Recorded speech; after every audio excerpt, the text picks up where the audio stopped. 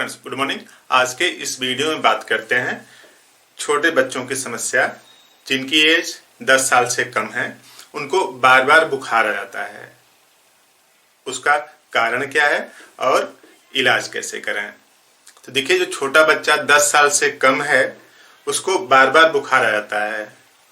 तो बेसिकली होता क्या है कि एक बार दवा लिए किसी भी डॉक्टर से, खासतौर से एलोपैथी वाले से, और उस दवा से बुखार ठीक हो जाता है और वो दवा कंटिन्यू यूज करते रहते हैं, क्योंकि बुखार जो है 3 से 5 दिनों में फिर आ जाता है।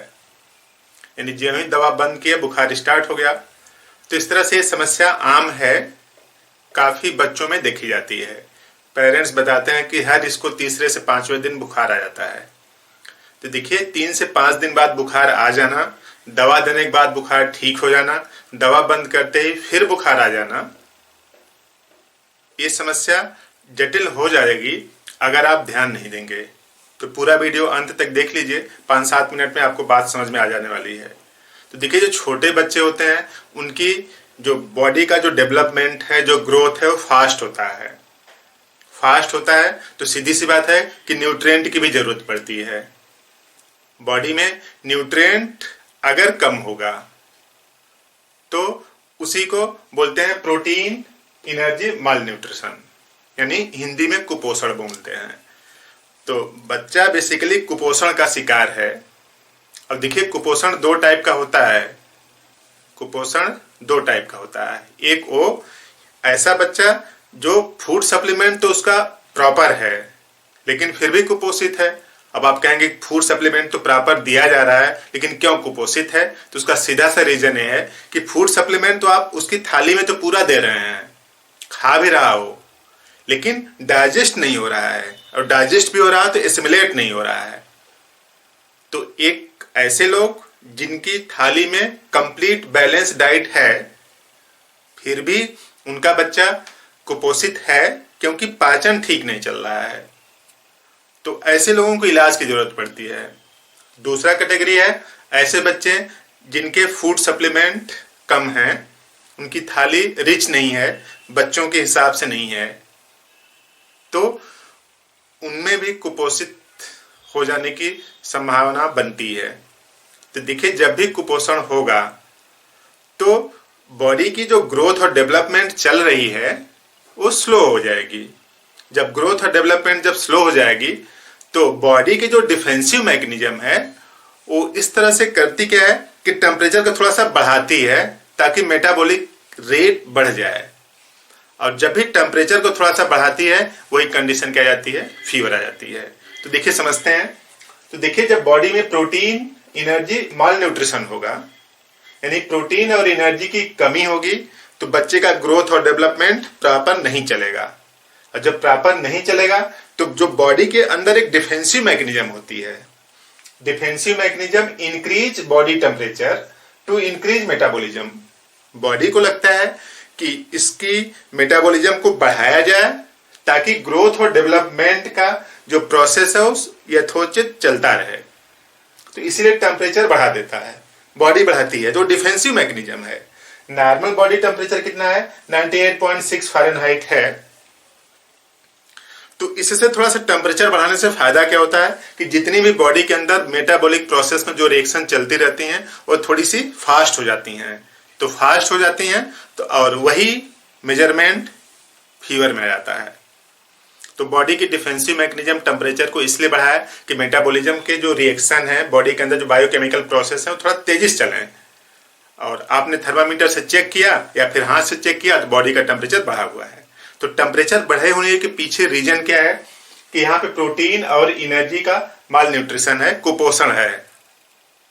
तो इस वजह से टेम्परेचर बार बार बढ़ जाता है। और आप क्या कर रहे हैं, बुखार कम करने की दवा दे रहे हैं। भाई, बुखार कम नहीं होगा क्योंकि बॉडी उसको बढ़ा रही है ना। तो बुखार कम नहीं होगा तो फिर क्या किया जाए। तो देखिए, जब बुखार कम नहीं हो रहा है, बच्चा कुपोषित होने की वजह से बुखार जो आ रहा है, तो क्या करना है आपको, जो कुपोषण है उसका इलाज करवाएं। मतलब अगर बच्चे का फूड सप्लीमेंट कमतर है उचित क्वालिटी का नहीं है तो उसको उचित क्वालिटी का फूड सप्लीमेंट दें। और दूसरा, अगर बच्चे का पोषण उचित क्वालिटी का है लेकिन डाइजेशन और एसिमिलेशन ठीक नहीं हो रहा है तो उसको इलाज करवाएं और डाइजेशन उसका प्रॉपर हो, एसिमिलेशन प्रॉपर हो। और एसिमिलेशन और डाइजेशन अगर प्रॉपर होगा तो फूड सप्लीमेंट जब प्रॉपर मात्रा में मिलेंगे तो मेटाबॉलिज्म ठीक से चलने लगेगी, तो बॉडी अपने टेम्परेचर को नहीं बढ़ाएगी। तो कुपोषण का इलाज कराएं। और छोटा बच्चा है, डेवलपमेंट हो रहा है उसका, तो उसको कोई एक फल जरूर खिलाएं उसको ना, चेंज करके, कभी पपाया, कभी सेब, कभी संतरा, इस तरह से चेंज करके उसको फल खिलाते रहें, लगभग डेली खिलाएं। और बुखार कम करने की दवा न दें, क्योंकि वो बुखार हर तीसरे पांचवें दिन आ जा रहा है ना, तो आप बुखार कम करने की जो दवा ला के रख दिए हैं या जो आपको याद हो गया है कि इससे उसका बुखार कम हो जाता है, तो उसको कतई न दे, बंद कर दें उसको, क्योंकि वो प्रॉपर इलाज नहीं है।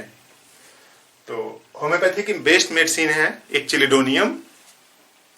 चिलिडोनियम करता क्या है कि लीवर को एक्टिवेट करता है। लीवर शरीर का प्रोसेसर है, कई मैंने वीडियो में बताया है कि जो लीवर है वो शरीर का प्रोसेसर है, यानी पूरी बॉडी के मेटाबॉलिज्म को कंट्रोल करता है, रेगुलेट करता है।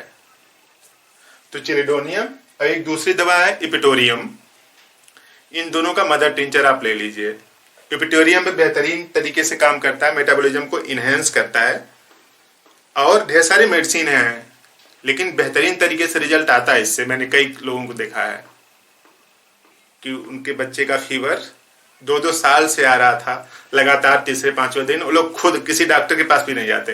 एक बार डॉक्टर से दवा लिखा है, उससे फीवर ठीक हो जाता था, तो वही अब दे रहे हैं। तो इन दोनों दवा को, चिलिडोनियम क्यू और इपिटोरियम क्यू, दोनों का मदर टिंचर आप ले लीजिए और 10-10 बूंद 3 टाइम देना है, आधा कप पानी में डालकर। तो 10-10 बूंद आधा कप पानी में डालकर 3 बार दीजिए। उसका मेटाबॉलिज्म नॉर्मलाइज होगा, ग्रोथ डेवलपमेंट का प्रोसेस ठीक से चलने लगेगा, बुखार नहीं आएगा। तो इस तरह से एक समस्या से आप निजात पा सकते हैं। इसी तरीके के ढेर सारे बेहतरीन वीडियो हैं इस चैनल पर। आप इस चैनल को सब्सक्राइब कर लीजिए ताकि नए वीडियो का नोटिफिकेशन आपको मिलता रहे। सब्सक्राइब करने में पैसा नहीं लगता, जो नीचे रेड कलर की बटन दिख रही है उसको दबा के काला कर दीजिए, सब्सक्राइब हो जाएगा। तो इस तरह से नए वीडियो का नोटिफिकेशन आपको मिलता रहेगा और आपकी जानकारी बढ़ती रहेगी। तो आप वीडियो यहाँ तक देख रहे होंगे तो बात समझ में भी आ रही होगी। तो इस वीडियो को लाइक करें और फ्रेंड्स को भी शेयर करें ताकि उनके नियर बाय में अगर किसी को दिक्कत हो तो वो इस बीमारी से निजात पा सकें। तो आपने पूरा वीडियो देखा, थैंक यू।